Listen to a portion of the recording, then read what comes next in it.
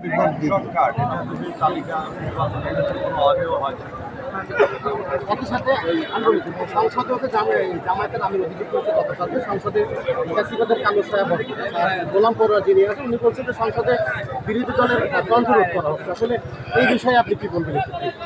একবার সংসদের রেকর্ড অনুসারে বিরোধী দলকে যতটুকু সময় বরাদ্দ করার কথা বিরোধী দল তত থেকে অনেক বেশি সময় পেয়েছে।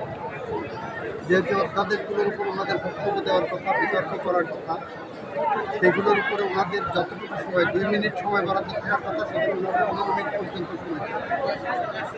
সুতরাং এই অভিযোগ করার জন্য করেছে ওনাদের রাজনৈতিক বক্তব্যটা, এটার সাথে সংসদের রেকর্ডের বাস্তবতার কোনো সম্পর্ক। সারা দেশে আমরা যে কৃষক কার্ড বিতরণ করছি এটা অবশ্যই একটা ভালো দিক, কিন্তু যদি কৃষক কার্ড বিতরণের ক্ষেত্রে কোনো ধরনের অনিয়ম হয় এবং প্রান্তিক কৃষক বাদ যায় সেক্ষেত্রে আপনি কী ধরনের শাস্তির ব্যবস্থা রাখছেন বা কী ব্যবস্থা? কৃষক কার্ড এবং ফ্যামিলি কার্ড এবং অন্যান্য যেগুলো কার্ড দেওয়ার কথা এটা জনগণের টাকা আমরা জনগণের মাঝে দিচ্ছি। এখানে অনিয়ম হওয়ার ন্যূনতম সুযোগ।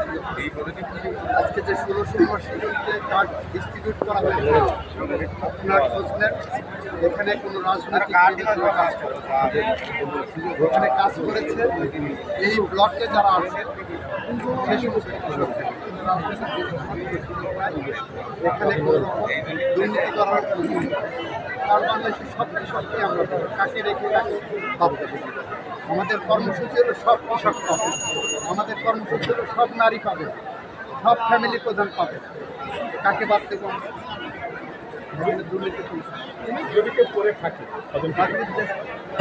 সংশ্লিষ্ট আইনের পরবর্তী হচ্ছে পহেলা বৈশাখে কার্ড বিতরণ করা হলো এবং আপনি যে আসন থেকে নির্বাচিত হয়েছেন সেখানে দেওয়া হবে। এই অনুভূতিটা আসলে কেমন?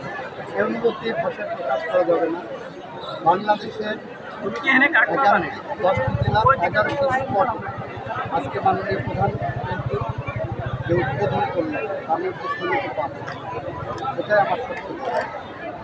কলকাতার মানুষের কাছে নির্বাচনের সময় যত প্রতিশ্রুতি দিয়েছিলাম একটা প্রতিশ্রুতি বাস্তবায়নের পথ এগিয়ে যাচ্ছে। এর থেকে সুখের অনুভূতি, ভালো লাগার অনুভূতি। Thank you.